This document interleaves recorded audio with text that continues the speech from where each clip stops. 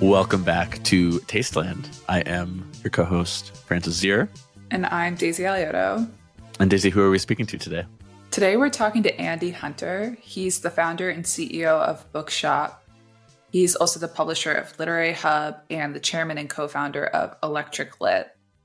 If you haven't used Bookshop before, Dirt exclusively uses Bookshop. It's an alternative to Amazon, and it aggregates the stock of indie bookstores around the world, basically. So if you want to buy from an indie bookstore, it's the best place to find the title that you're looking for. If they don't have a website of their own, as Andy says himself in interviews. Yes.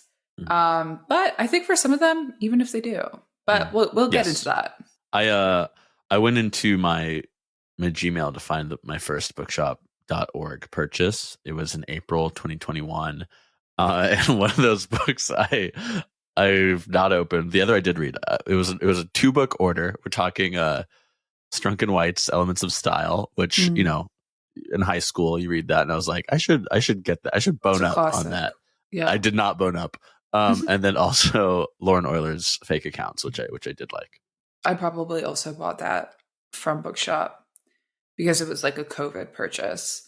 Yep. And I went nuts on there during lockdown. But for a while, like the thing that was holding me back from shopping on Bookshop more was that I like to buy ebooks because I often realize I have time to read something at the last minute and need it immediately. But now they do have ebooks, which wasn't as of the beginning of this year. Yeah, so really, there's no excuse, guys. Yeah, it seems like the last time Andy did many podcasts, he did a couple in February, kind of around the release of their ebooks. So it'll be interesting now that it's been most of a year to hear how that's been going. Anyways, while we wait for him, one thing I did last week was I went to the Publish NYC event in the Domino Sugar Refinery, towering, glittering above Williamsburg.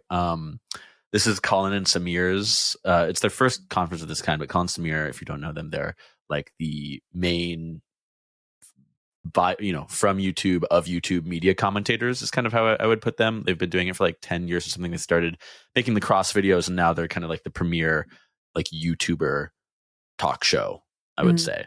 It was cool. It was like, I think it was like 400 people there. There was some good speakers. Most of the programming I enjoyed. The best one was my favorite one at the beginning. It was this 20 years of YouTube history guy by what is this guy's name? While you're doing that, I was going to say, like, you and I are both going to a conference thrown by Air and our friend Ari, former guest of the pod, and he was listing off everyone coming to this thing. I was like, I hope there's a designated survivor.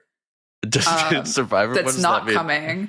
Well, you know how like when you have executives from a company, you can't fly everyone on the same plane in case it crashes. Like, if this conference blows up, good luck, guys. There's not going to be any media left. Good luck finding stuff to look at. The world could be so lucky. The world should be so Yeah, okay. Well, don't get any big ideas. V for Vendetta. F for Francis. The guy, or nothing, I didn't speak to him, but the guy who was speaking, Kevin Ioka, YouTube's head of culture and trends. This was a good presentation. It was one of those presentations that's just like really well dialed in and performed, and good, almost call and response with like clips in the presentation. But he had some good data.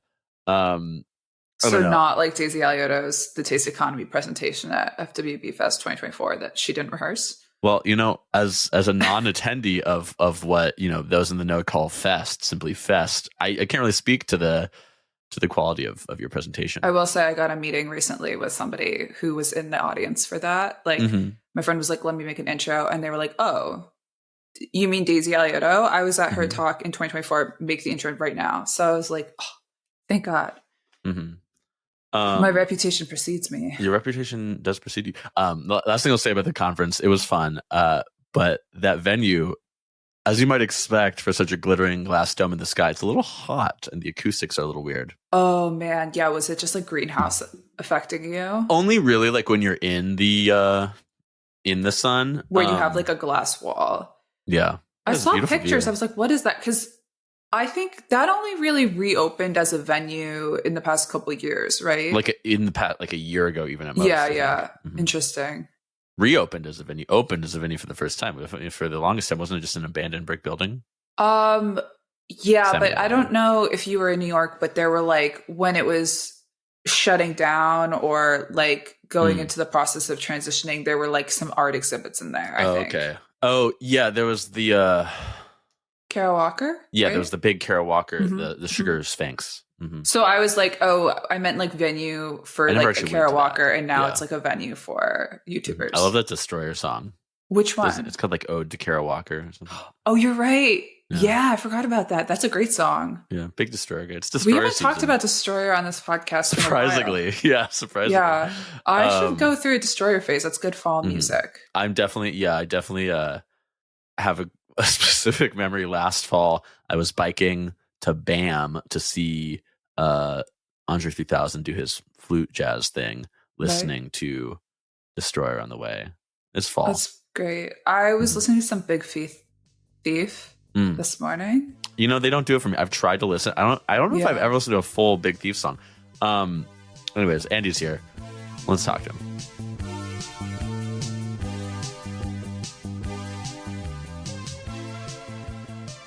One thing we talked about in the intro is how much I love Bookshop and shopping on Bookshop, but that I had been waiting for ebooks to be available there, which they have been since the top of the year. And that, fully moved me over to shopping on Bookshop exclusively.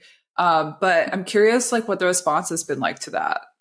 It's been really strong. I mean, it's really nice to see something that we work on for 2.5 years be validated. We're about like a year ahead of schedule. This year we're growing. We're going to be bigger than any other year. We're growing faster than any other year. We're growing like 65%, which is pretty incredible. In publishing industry itself is down like 3%. So I think a lot of people have like fully gone over now. I think there was always like a problem where somebody wanted to support local bookstores, but they wanted to read an ebook.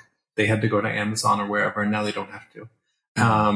And that makes a big difference. And you fully attribute that growth to adding that feature? No, it's not all that. Yeah. But we had all these technology improvements to our user experience, et cetera, that we bundled with it. So it's like we were fixing a lot of things and they all went live at once. But it's a big part of it. Like you can find more books. Like it doesn't have to be a book that we have in stock anymore. Like, the amount of people that find a book and check out is just much better now. Fewer abandoned carts. Exactly. You said that the publishing industry is down, but you guys are up a lot. I think it was on The Verge, when you were on The Verge podcast at the beginning of the year, you said something about like with kind of political moments, you guys receive a sales bump. When Trump won the election, around Trump's inauguration, there seemed to be a relation there. Do you think the political moment is partially to thank for your growth? I think on that same podcast you were saying how like, this makes people want to support small businesses. Yeah, absolutely. I mean, I'd say about a third of our growth is because of a political moment. We have people like Robert Reich, who's doing podcasts right now, is always mentioning bookshop.org because he doesn't want to send people to Amazon because Bezos and everybody is like kissing Trump's ring. Well, that's just one example. There's just a ton of people who don't feel like rewarding big tech right now, especially because big tech has capitulated and cozied up to the administration. Even companies that you wouldn't expect, like Apple, even Bill Gates went to his summit. Like the only person who wasn't at his summit was Elon Musk because he's like been shit canned by the administration. But unfortunately, he hasn't been shit canned as much as I thought he was going to be. When he's like, Trump was on the Epstein list, I figured those government contracts would end, but they apparently are still happening. But people are seeing this alignment between Silicon Valley and authoritarianism, and they don't like it. And I think before, what would have been the province of conspiracy theorists, like you don't want to give up your data and you don't want to support the big tech because it can turn against you. Suddenly it feels more real. And the idea of like supporting your local bookstore at your corner that you go to every day and the people there is like, it becomes more vital because we're trying to preserve what we cherish in the real world, as opposed to like this kind of scary future where we lose control and we lose things like that. So I definitely think we are benefiting from that. And, I just hope it doesn't go away. The problem with benefiting from political movements is that people succumb and they give up, like like how much resistance libs were there the second time Trump won. Like people just get fatigued, and places like Amazon have such a huge center of gravity that people just go back to old habits. So like our task is to keep that going, not just for Bookshop, but I think politically in general. You said that publishing is down 3% on the year. Where do those numbers come from? How are they quantified? Is that BookScan? It's BookScan and the American Association of Publishers. And so the American Association of Publishers is all the big major publishers. It doesn't contain self-publishing quadrant. BookScan does contain self-publishing, but not everything that's sold through subscription services like Amazon's Kindle Unlimited. So there's like a lot of unknowns in publishing, but generally like the trade publishers like Penguin Random House, Hachette, etc., they're seeing slightly softer market. And they self-report their numbers to the Publishing Association? Yeah, exactly. Do you know if there are any like genres that you guys do better in than maybe the publishing industry more broadly? Oh yeah, for sure. Our bestseller list is like nothing like Amazon's. We sell a lot of literary fiction. We sell a lot of political and like serious journalistic nonfiction. We reflect the kind of books that sell well at indie bookstores. We are weaker when it comes to things like romance and YA, but we're making a move for the middle. Like we don't want to just be like literary fiction and political nonfiction. We actually want romance readers to support their local bookstores too. So we're trying to get all kinds of readers, but for right now we do skew also like, East Coast and West Coast, and more like college towns and educated, all that stuff. So we want to move towards the middle, but we're not quite there yet. And when I was gonna say, like, when you make those moves, like, how would you do that outreach? Do you run more targeted social media ads to people that are like have a data trail of being a romance reader? Yeah, we'll do that. We will. We were pretty careful about how we use our customer data. So maybe they if they like 831 stories on Instagram, you can use that as a proxy for their interest. Yeah. And we launched a romance newsletter this week or last week. So now we have a dedicated newsletter for romance readers, things like that. And trying to engage the authors, do pre-order campaigns, just have good curation and good involvement in the community. Like with all these things, like you just want to feel like they're part of your world and you're part of their world. And so we want to hire people that actually love those books, that can make good recommendations and talk about them online in an authentic way, all that kind of stuff. How big is your team? 47 people. Wow. Which is tiny. It's tiny for what kind of revenue we have. And the entire operation runs at about 12% of our overall revenue, so all of our costs.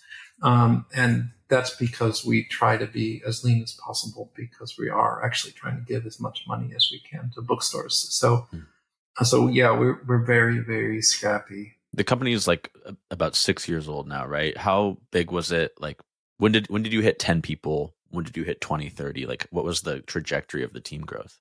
Well, 6 years ago, it was just me, and then it was me and David Rose, and then it was just two people for until 5 years ago, and then we had 4 people, and then when the pandemic hit, we suddenly had to hire like a ton of people. So because everybody started using Bookshop to support local bookstores that were closed during the pandemic, that was when we really grew from 5 people to about 30. Oh wow! And then since then, we've been growing incrementally since. Do you think if the pandemic hadn't happened, it would have been much harder for you guys? For sure. I mean, I still like to think we would succeed. I mean, we're not in pandemic right now and we're succeeding. So I don't think that like some people suggested that if pandemic hadn't happened, like we wouldn't have succeeded at all. And we were certainly worried about that because we had no money. When we launched, we had about $200,000 in the bank, which isn't a lot to run a business that's going to try to take on Amazon. But I do think we would have succeeded anyway. We would have just had different kinds of stress. Like instead of the stress of trying to support all the orders in the 1,200 bookstores that onboarded after COVID, we would have had the stress of like, how can we make people pay attention to us? But that's what I've done before. I've had other businesses that succeeded where I'm like, nobody cares. So how do you make people care? So we've had both problems. Andy. Thanks. Have you ever taken investment, and would you take investment today? Yeah, well, I took investment, but only from individuals who really supported our cause. I have met with investors I've talked to a lot, but the reason that we have hesitated to take investors from any kind of professional investment place is that they want a 10x or 100x return, which means there has to be an exit. And an exit usually means a sale, and a sale to a company that's going to keep our mission. It seems pretty unlikely. And you see all these companies like Grubhub, for example. Grubhub was a huge boon to local restaurants. They loved it. They were so happy to have Grubhub and the other kind of restaurant delivery services, and the fees are reasonable. Now the fees are like 30%. Restaurants feel trapped. They can't survive without them, but they kind of feel extorted by them because these services make themselves necessary, and then they extract more value from the market. And that's what an investor would try to do with Bookshop, and we don't want that to happen. So, if somebody who was very, very aligned, like maybe like a really famous, wealthy author or something like that, was like, I want you guys to conquer the world. Here's $10 million. I would take it. But if, a VC firm comes to us, like Anderson Horowitz or whatever, and says, here's $10 million, I want you to conquer the world, I think we'd have to give up too much. It's a business that can only take patronage, not really investment, as it were. Yeah. Well, I mean, I do want the investors to like not lose their money and to feel like they got something out of it. You would multiply it, but yeah, it might not be at a venture scale multiplier, exactly. which is a lot of that's unrealistic to begin with. Yeah. For sure. And the pressure that comes along with it is just a huge distraction for what we're trying to do. Yeah. You can kind of just ignore the pressure. If you control your board, if you don't control your board, you can't ignore the pressure, unfortunately.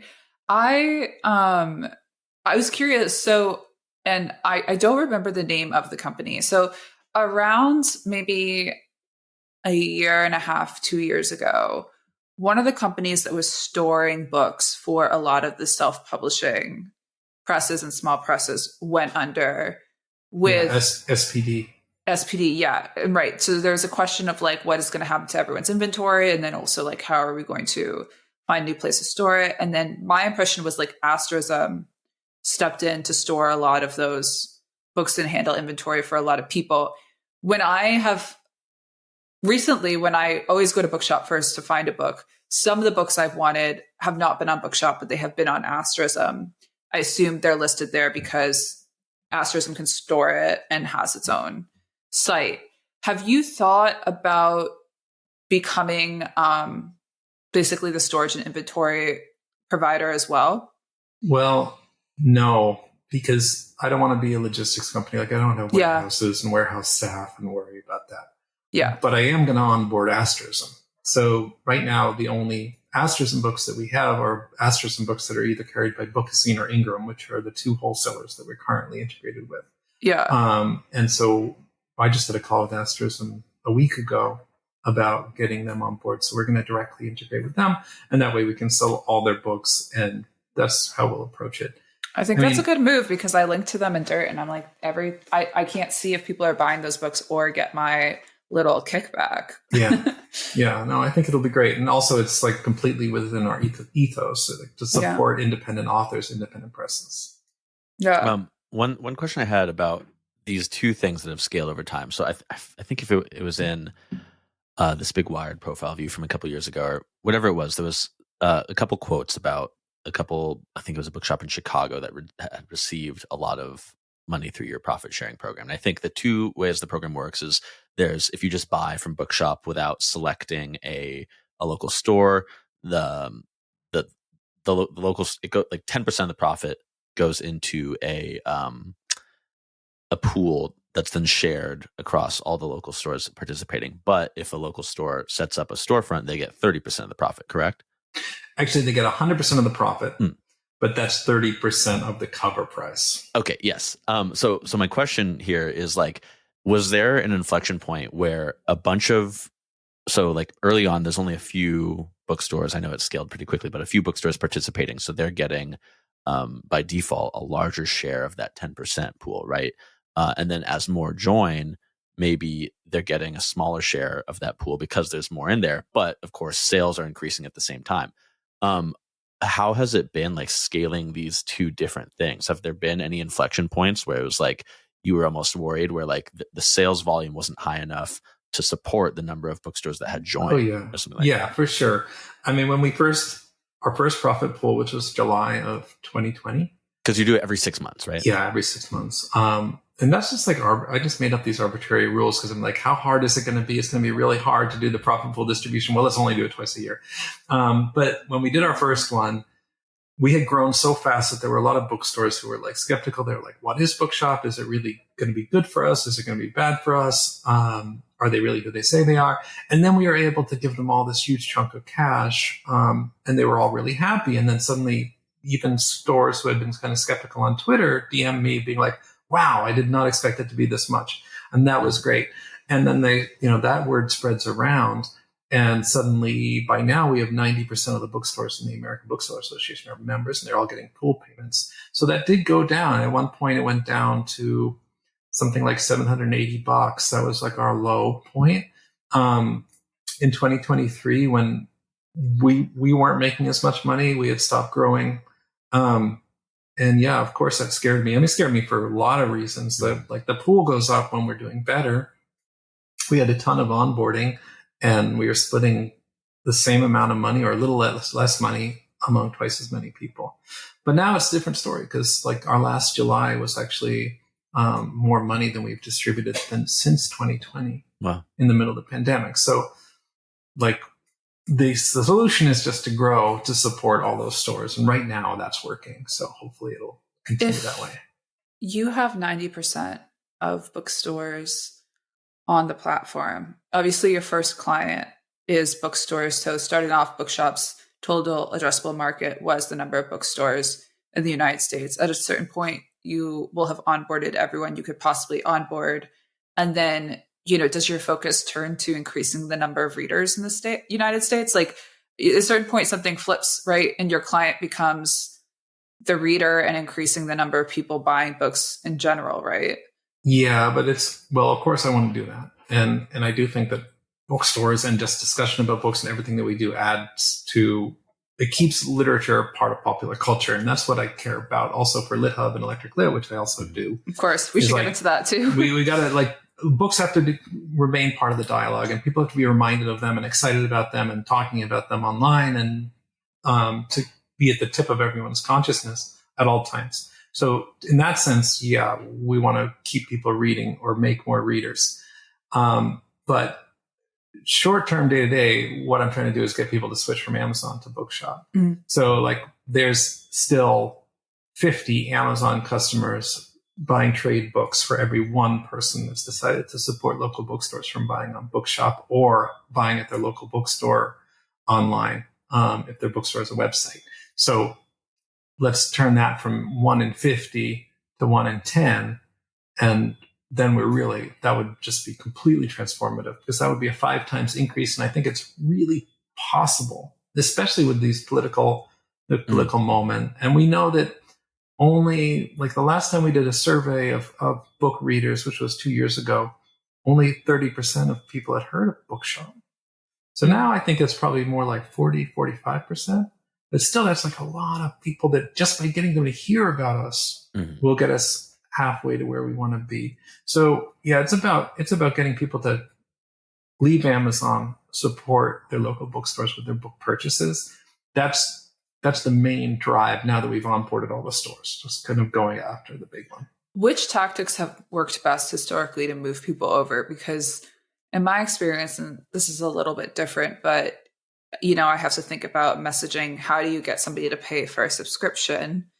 In this case, like the book isn't going to cost more with you, but maybe they think that there's going to be some sort of time or convenience cost, which I think for a lot of people, once they have achieved a certain amount of financial comfort, all of the decisions become about friction, not about the difference between $10 and $12. You know what I mean? Yeah. So I found with subscriptions, or I believe with subscriptions, shaming does not work. Like shame-based messaging doesn't work. But obviously, like if people are reacting to the political moment, there is some sort of like value alignment that you could appeal to.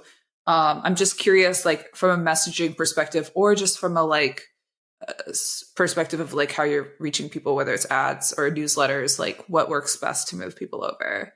Yeah, well, I mean, the first thing is like just peer endorsement, word of mouth. Like that's what is most effective.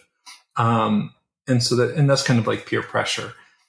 And that can also be an author like John Green saying like, hey, use Bookshop, or Robert Reich saying, hey, use Bookshop. That makes a big, big difference. And we just try to encourage that. Obviously, we can't completely control it, but we can try to encourage authors and agents of authors and publishers to say like, please say something.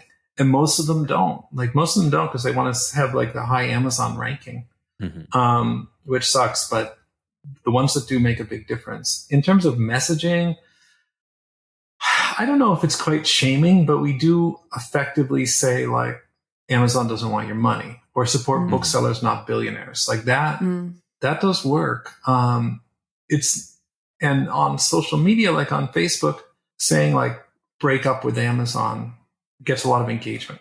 Sometimes the people are mad, like they're like, I use Amazon for blah, blah, blah, or I like Amazon. But it creates a lot of engagement because it's more controversial than a message like support your local businesses, which is like the positive version of it. It's good to have an enemy. Yeah. And the increased engagement increases visibility, as we all know. Like that's what the whole media sphere is doing right now, and encouraging radical opinions and stirring people up. So that does work, but we do try to make it like, we don't say like people who shop on Amazon are bad, stop being bad. So there's not like shaming, but we do say like stand up to the billionaires and support local businesses. You say vote with your dollar. You don't say you're bad because you vote this way. Yeah, exactly. Have you been impacted by tariffs at all? Not too much. We will be if we create an e-reader, which I want to. And we're in the planning stages of creating our own like the anti-Kindle.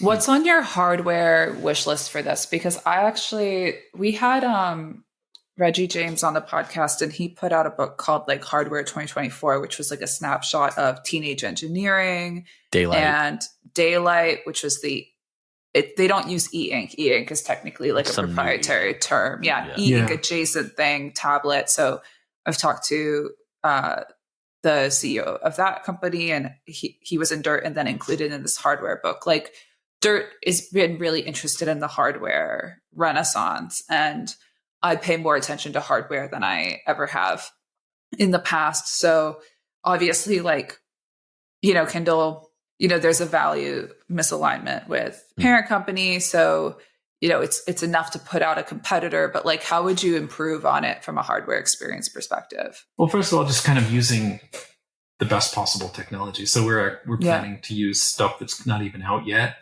So making sure that when it comes out, it's like the best e-reader on the market. Is it going to look cool, Andy? Is it going to look cool? It'll look kind of cool. I mean, it's still an e-reader. Yeah. And I don't want to pay like an industrial designer $100,000 to do it. If there's an industrial designer that wants to work for $5,000, they can call me up. But so we're very DIY, but it will have a great, very responsive, very fast full color screen. And you're funding this out of Bookshop profits. You're funding. Well, we don't really have enough Bookshop profits, but the ebook thing is going well. So we will have some. And then I'm probably going to do a Kickstarter. And that makes sense. When I do the Kickstarter, that will also be a judge of how much people want this. And if people want it, the Kickstarter will do well. That'll help fund it.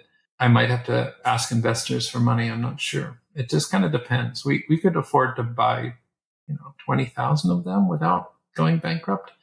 But I want to sell 50,000 or 100,000, and so we might have to raise money for it. Are you enjoying that design process? I kind of got shivers when you told me that because I was like, "Dang, that must be so cool." Yeah, I definitely love it. I want it. Like, I'm not sure I can do everything I want, but it should be running the most recent version of Android that an e-ink device can have. I want to have the ability for a user to decide if they want to unlock it or not. So right now, people are like on Reddit jailbreaking their e-ink devices so that they can just download whatever Android App Store thing.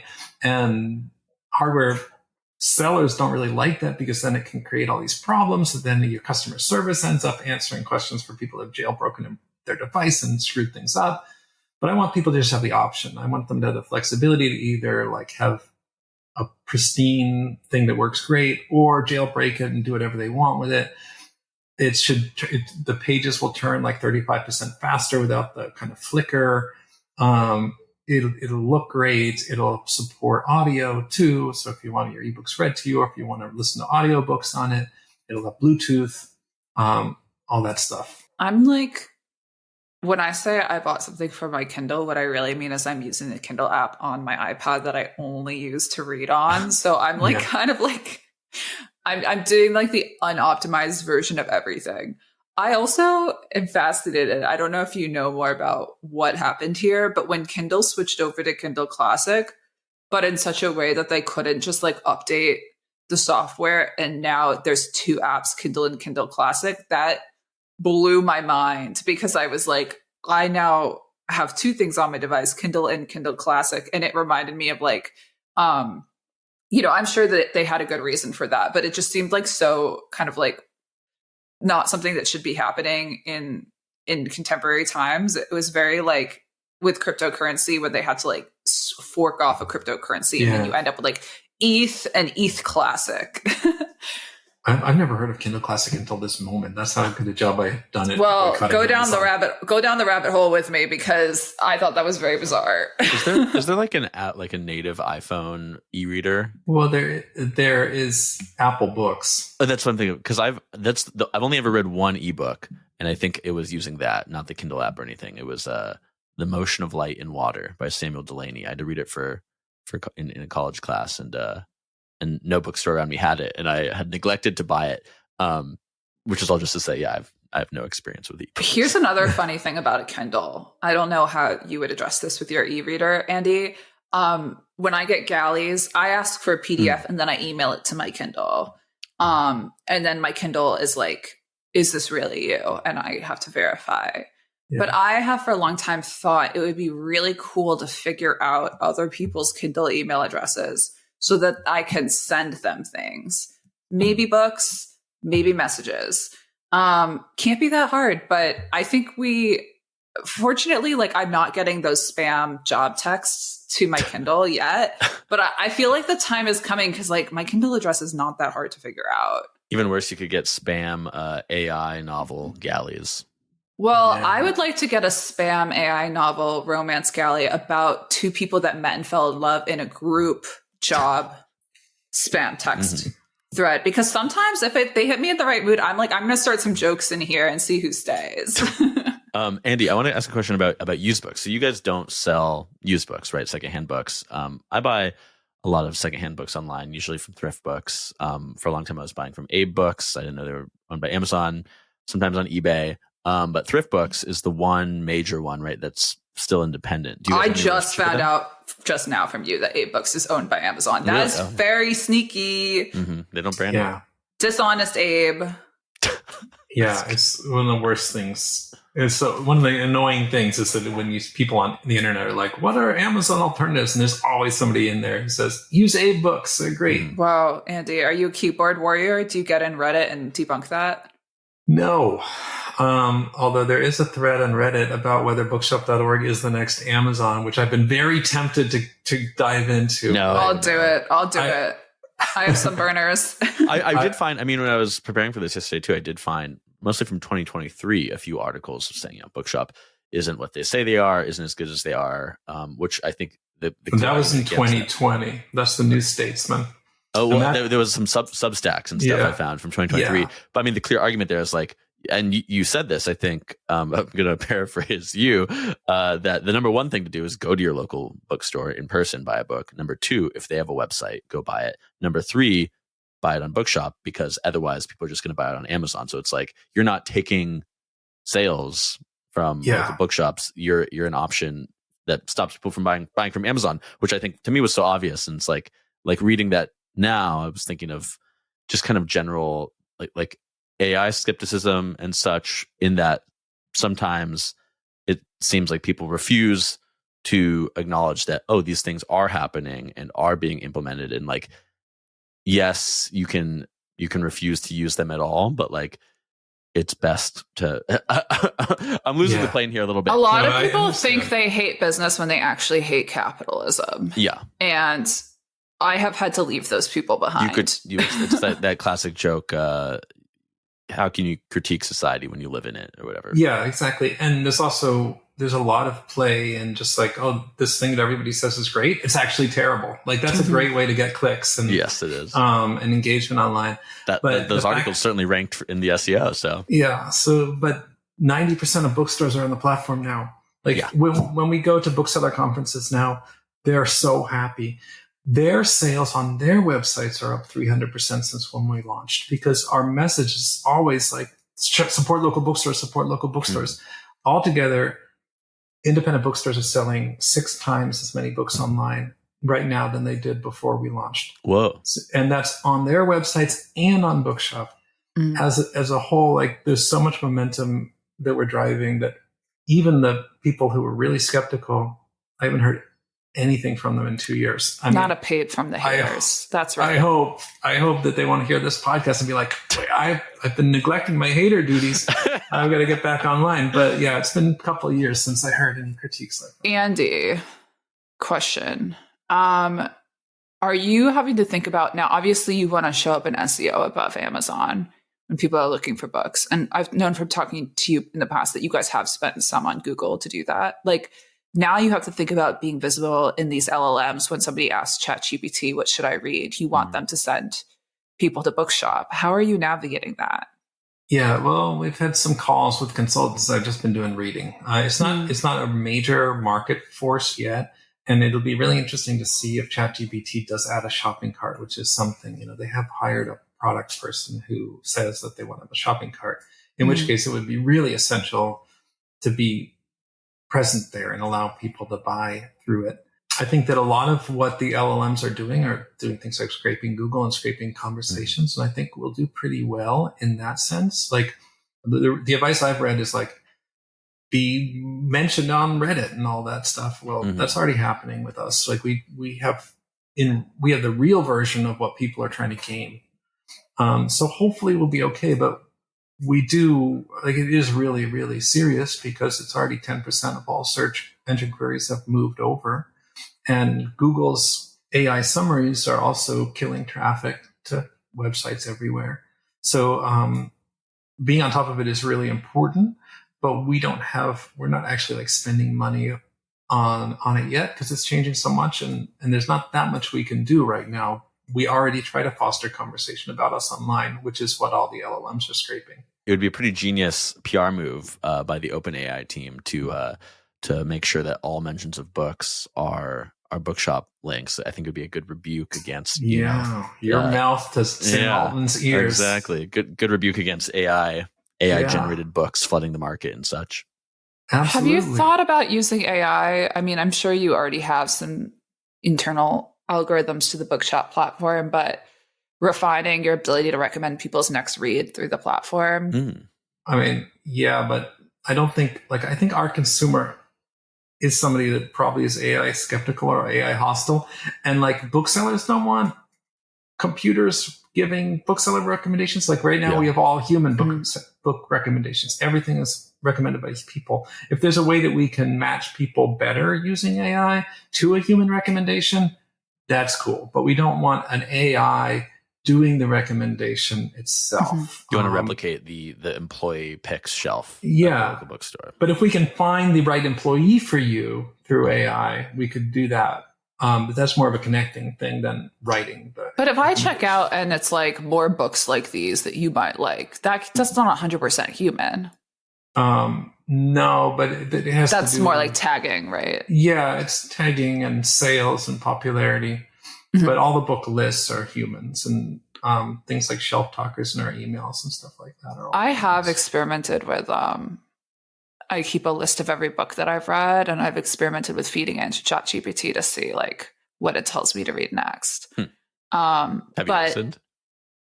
I don't think so. I'm trying to remember. I think it did tell me to read Perfection, but at that point, like 5 people I know had recommended it to me, so it's not like it ranked that highly. I mean, my fear about that is that it'll be like when Madeline McIntosh was interviewed in the New York Times a few years ago when she was still the head of Penguin Random House, and she was talking about Amazon and bestsellers, and she said bestsellers are bestsellers because they're bestsellers. In other words, like the books become bestsellers because they're bestsellers, and then they're recommended to more people. And so where the Crawdad Sings ends up being like the number one book for 3 years. AI is looking at like who's talking about these books the most and what are the books that are most talked about by people with your interests. And so the great thing about a bookstore employee who's a curator who cares about putting the right book in your hands is like they might unearth something that nobody's ever heard of. AI is never going to do that because it's all going to be looking at what are the most recommended books. And so then you're going to have more of a narrowing of the book market, less diversity, and more of like this kind of blockbuster phenomenon that's already taken over the book market where the mid-list has been hollowed out and like either a book is huge or it sells fewer than 1,000 copies. I don't want to reinforce those mechanisms. I want to figure out other ways to get around them. But AI might have a place in that. But in general, I feel like people who are shopping at Bookshop are probably the same people who don't love AI because they're creatives. They're people that value human contact and human society. And so they're not too excited about these AI changes. If you followed my trajectory with ChatGPT on this podcast, I am very bothered by the low EQ of the ChatGPT interface, which is, I realize, I'm not talking anything, but the interface itself, very low EQ. It's useless for so many things. But during the times when I've been able to get it to do a bullshit job, David Graeber style for me, that hits like the best drug. But it's so you have to be in such a specific position where like the other person is not expecting much of an output from you and you're not expecting much of an output from yourself, which is like kind of the definition of busy work. And I've really tried to optimize my life to never be in a position where the person I'm talking to doesn't expect my best work and I don't expect my best work of myself. Every once in a while that does happen though. And I will say like it's lovely to not have to use my brain for that, but I would like my brain to be like flexible and effective for a long time. So I don't know. I think it's going to create more busy work. I saw a tweet today that was like, part of the problem in hiring right now, downstream of what's actually happening with the economy, is you have people sending in AI generated cover letters and resumes being read and filtered by AI. Yeah. So robots talking to robots. In schools too, and I think it happens in marketing emails, and people really like they use AI to generate emails, and then they use AI to summarize it into a few bullet points. But like, there is that concern that people are like offloading their thinking and going to get stupider, and that might happen.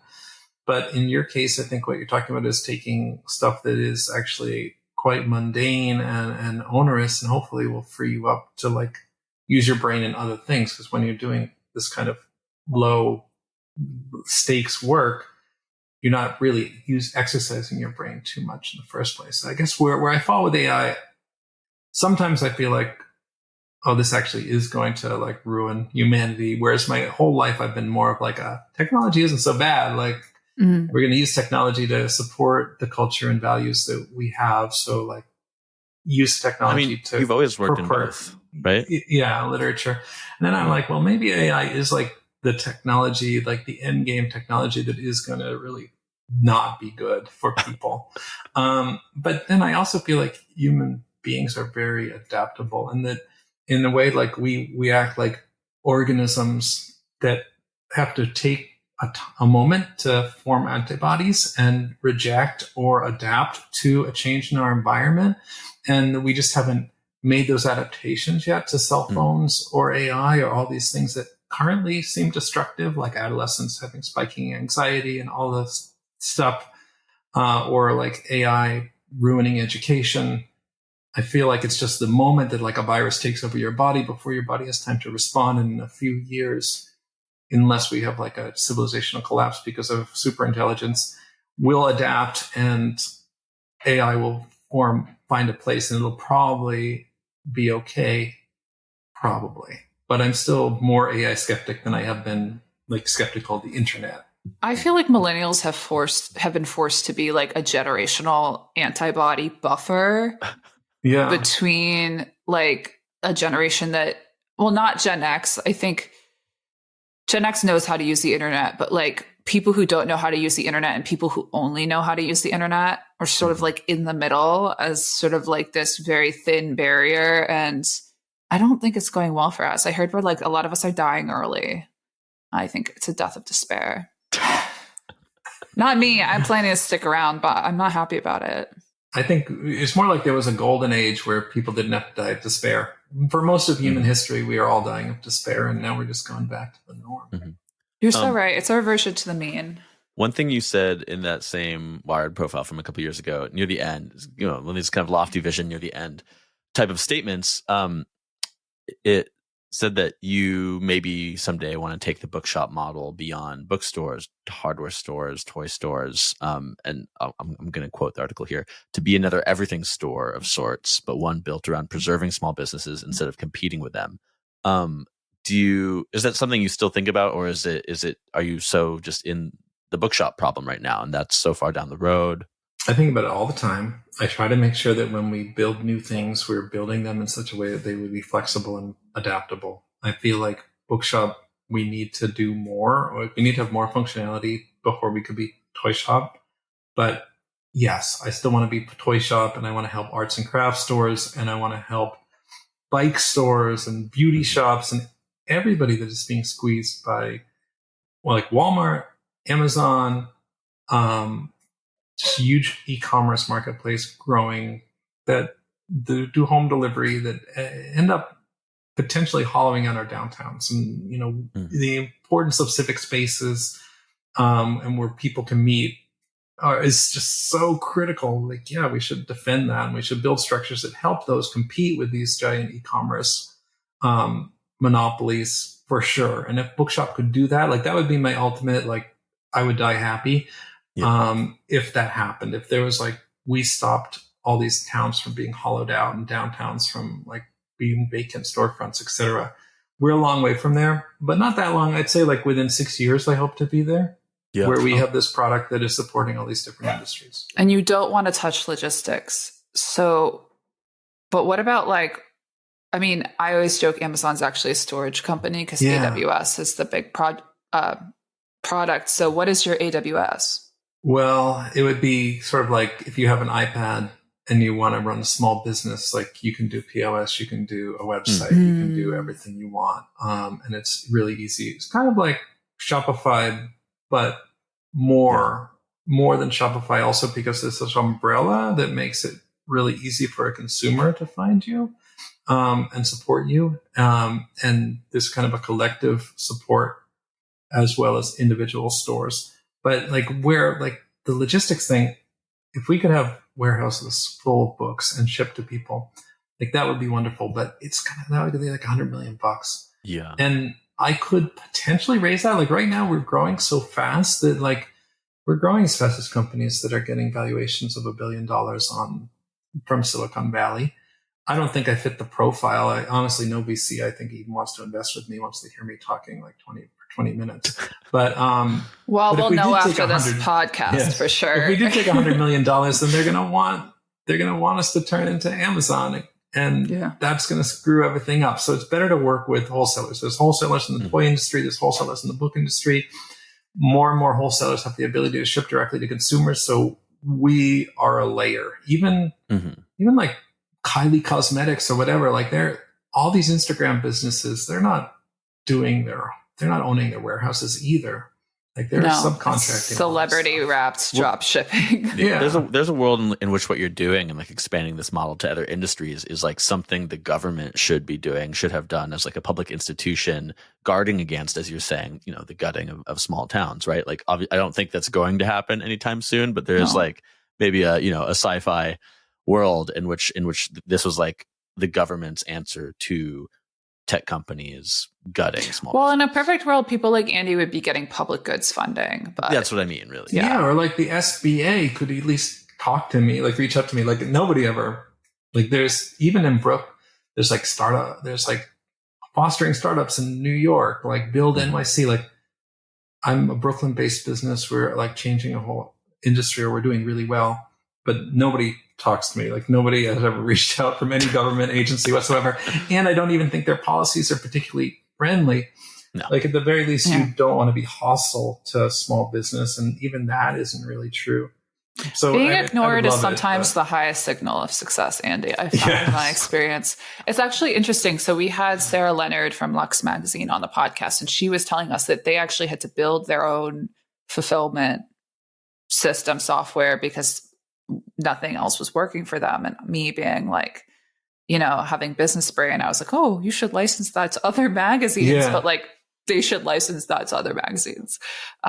So yeah, it's like when you're building things that are useful for yourself too, you have to assume it'd be useful to other people. And like Andy, Francis, I don't know that you know this, Andy and I had coffee and I was telling him about Clam before I even wrote my essay, sort of talking about my philosophy of micropayments and AI. And you were very receptive to at least listening to me, because I think you and I kind of think about things in the same way. Yeah, well, you asked about used books earlier. Mm-hmm. We do sometimes sell used books if we're completely out of stock of something. Mm-hmm. We partner with a company called Biblio. But my hesitation with used books has always been like, I want authors to be paid. Yeah. I don't want to sell a used book for like a new book. Like then it's $26 and then there's a used version for $8. And then the publisher, who's probably our partner, and the author, who might be my friend, doesn't get paid. So I don't love that, but it's a great problem with these. The one thing that I like about blockchain is that it does kind of have a potential to allow micropayments for things like the sale of used books. Like I really believe, I believe artists should get a cut of the resale at auction. I believe that authors, if somebody's making money off of the sale of a used book, like the author should get even a penny would add up, So I'm not like, blockchain is like AI is like the kind of thing that some people have like an instinctual, like get away from me reaction towards, because what if the NFT and crypto scammers and froth, but I think that there is a place for it. And like micropayments, I really like that idea. I think the idea of creators being integrated in micropayments and being able to get paid like wherever their digital goods are sold or even physical goods eventually is a good thing. And that's why I'm excited about it.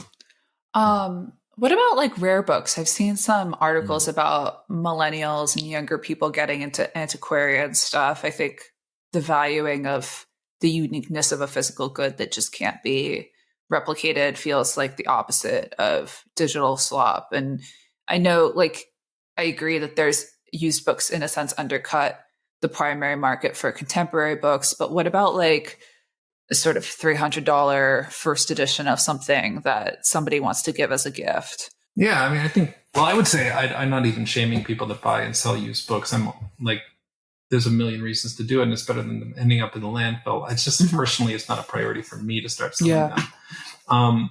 But yeah, I like things like that because I think physical objects matter. I think also books are like a good technology. Like I remember that was a big subject of controversy when ebooks first came out. Is like, are books going to go away the way the physical media for records went away and CDs and all of that? And the thing about books is like you have the Library of Alexandria that was destroyed and we lost so much knowledge. And meanwhile, there's books that were around then 3,000, 2,000 years ago that are still readable.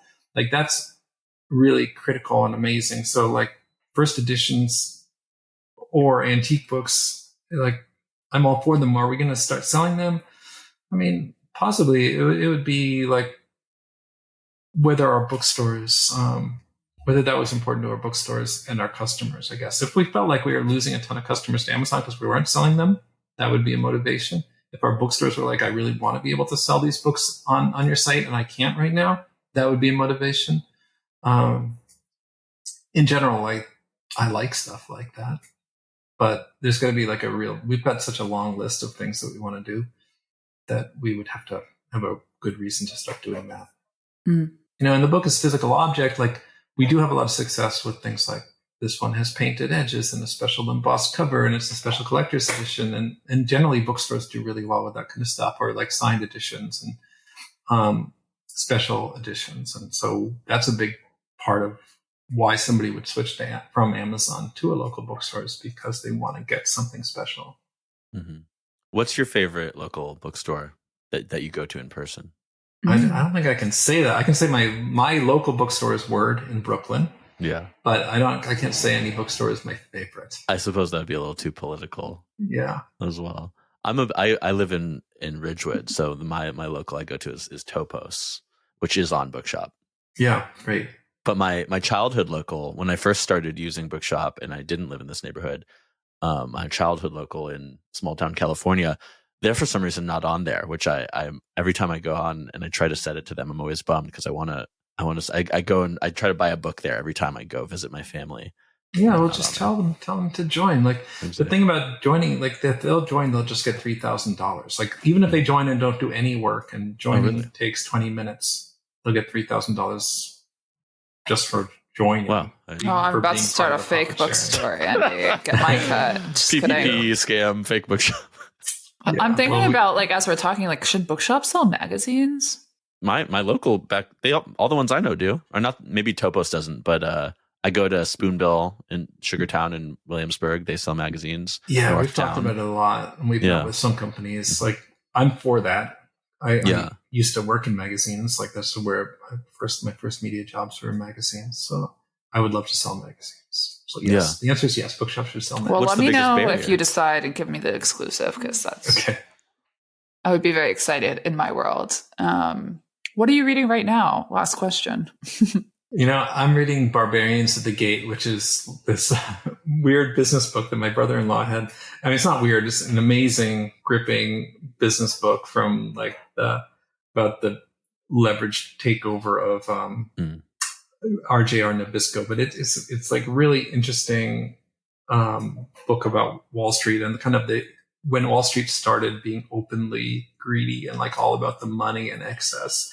A huge shift from like the old kind of corporate responsibility days to the days of like raiders and profiteers. And it's a very interesting kind of social history of that time period through the story of R.J. Reynolds and Nabisco's hostile takeover.